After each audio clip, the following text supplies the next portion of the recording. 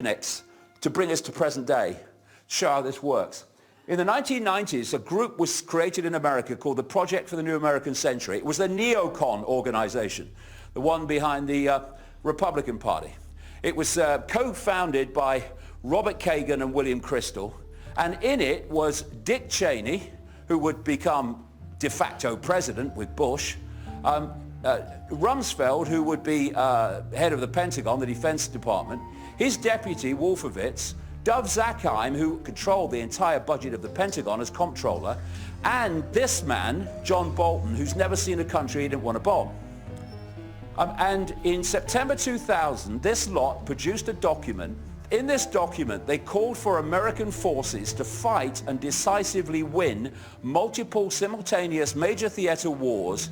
They named the countries: Iraq, Libya, Syria, Lebanon, Iran, North Korea, China.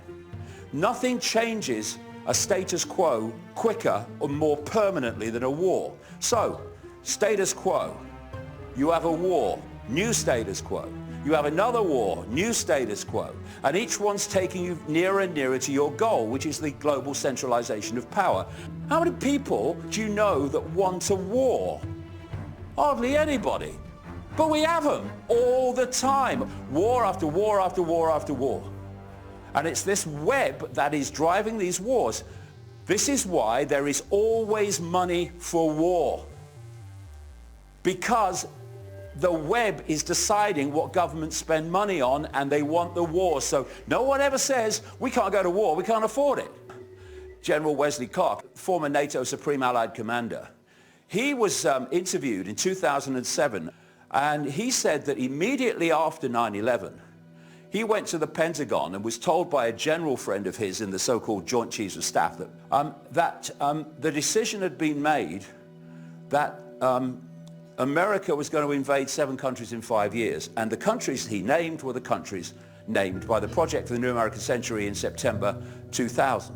About 10 days after 9/11, I went through the Pentagon and I saw Secretary Rumsfeld and Deputy Secretary Wolfowitz. I went downstairs just to say hello to some of the people on the Joint Staff who used to work for me, and one of the generals called me and he said, "Sir, you got to come in and talk to me a second." I said, "Well, you're too busy." He said, No. He says, "We've made the decision, we're going to war with Iraq."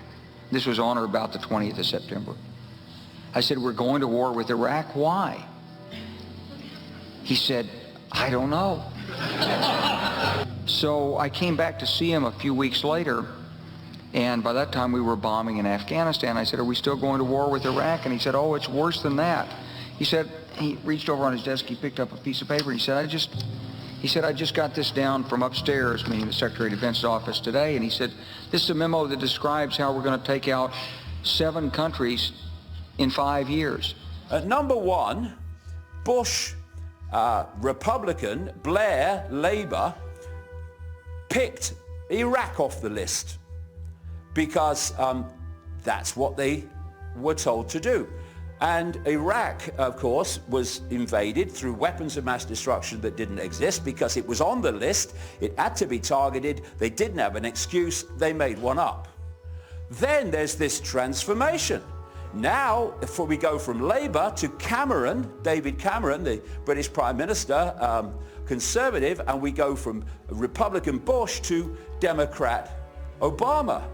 But what do? They tick Libya off the list, again based on a lie, and they start the process to create the civil war in Syria.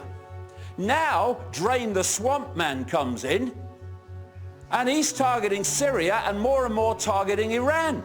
Iran's leaders sow chaos, death, and destruction. They do not respect their neighbors or borders or the sovereign rights of nations.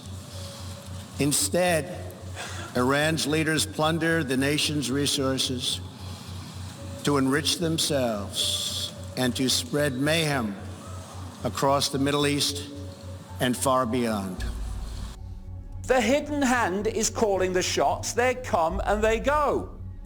Where they want it to lead, if we let them, as I've been saying and writing since the 1990s, is World War III. They always plan 3 world wars. And what they want to do is play off NATO against Russia, China, and allies like Iran.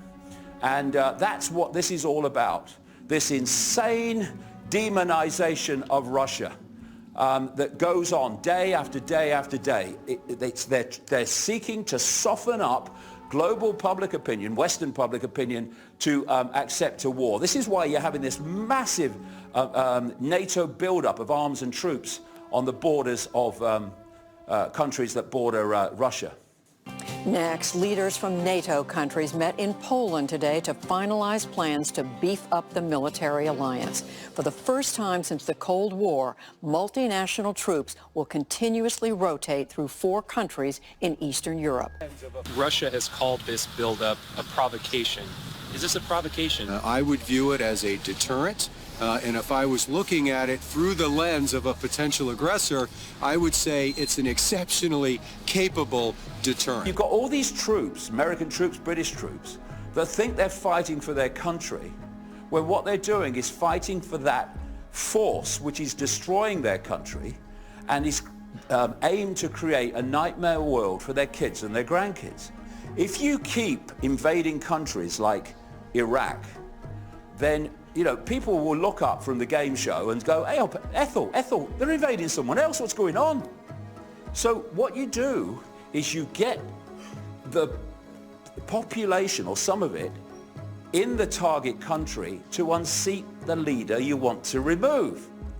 And this is the specialization of a group of organizations called the Open Society Foundations, run by this billionaire democon, George Soros. They were behind the manipulation of the Arab Spring. That went well for Arabs, didn't it, that? And they are behind what are called color revolutions, like the Rose Revolution in Georgia and the Orange Revolution in Ukraine, where they get the people to appear to have a revolution against the leader, but actually that's not what's really going on. Now, a few weeks ago now, George Soros announced that he was going to transfer $18 billion to his Open Society Foundation group, bringing his total donation so far to $32 billion. That's the kind of money that is there to be used to disrupt countries.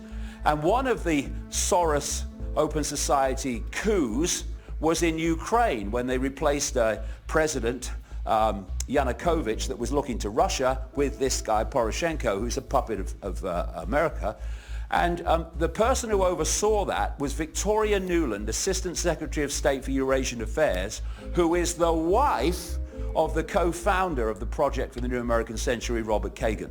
When you get deep in the rabbit hole, it's a very, very, very small world. And the trigger for all this sequence that we're still seeing unfold, was 9/11. And in that document in September 2000, it said that unless there was a new Pearl Harbor, then this process of regime change would necessarily be slow.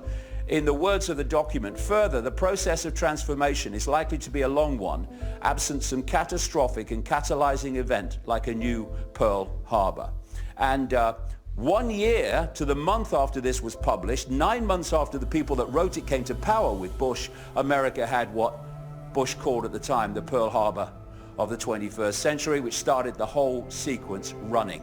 Know the outcome and you'll see the journey. This is why it's so important to uncover where they want to go, what their outcome is. Because once you know their outcome, seeing the steps every day towards that outcome are a doddle. But if you don't know the outcome, then these steps are now random. There seems to be no connection, but the outcome connects them. And this structure, this pyramid, is where it's all been leading. I call it the Hunger Games society. They want an elite 1% at its core, less than 1%, that dictate everything. They have all the wealth, they have all the power, they have control of the military, they have control of government, the whole shebang. At the bottom, they want the rest of humanity, basically. Even those who at the moment think they're doing okay, they've got some money in the bank, they've got a nice house and that stuff, none of this matters to me. If you're not in the 1%, they want that as well. And in between, they want this quite demonstrably unfolding around the world, police state, actually in the end, police military state, to hold this status quo and to impose the will of the 1% on the population. The outcome is they want a world government, a world army, a world central bank dictating all finance, and a world electronic currency. This is why they are running around like headless chickens trying to stop Brexit now. They never believed that anyone would vote to come out. Now they're trying to stop it because the idea is more and more countries are sucked into the EU, not that anyone leaves. And it's because they want a police military state where they both fuse that we're seeing the police look and act more and more like the military all the time. This is why a Pentagon program called 1033 is giving tanks to local police forces in America. Someone has to explain why your local police department has gone from this to this. Warren County, New York, population 65,000 and home to Lake George, is a wintertime postcard. Peaceful, picturesque, and well protected. This September, the Sheriff's Department took delivery of a fully armored, mine-resistant vehicle called an MRAP, the same piece of equipment used by soldiers in Iraq and Afghanistan. I would be remiss at doing my job if I didn't prepare for the worst. Bud York is the Warren County Sheriff. I'm tasked with protecting the public and protecting my people. That accomplishes both of those goals. Once you start dressing and equipping people like an occupying army, they start acting like one. Every day there's another story in the paper about cops beating innocent people. The video that's been making the rounds out here lately is a patrolman punching the lights out of a deranged homeless grandmother. Even worse, that's their training video. So the web controls politics, money, commerce, media, military, science, medicine, and religion, and thus controls perception and outcomes.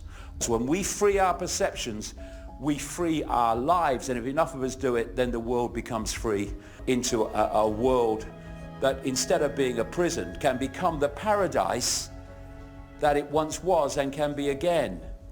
Only because we change, the world must change. Because we are the world, and the world is us. Thank you very much for coming. Thank you very much. Thank you. Thank you. Thank you very much. Thank you. Thank you. Very kind. Thank you. Thank you. Thank you. Thank you.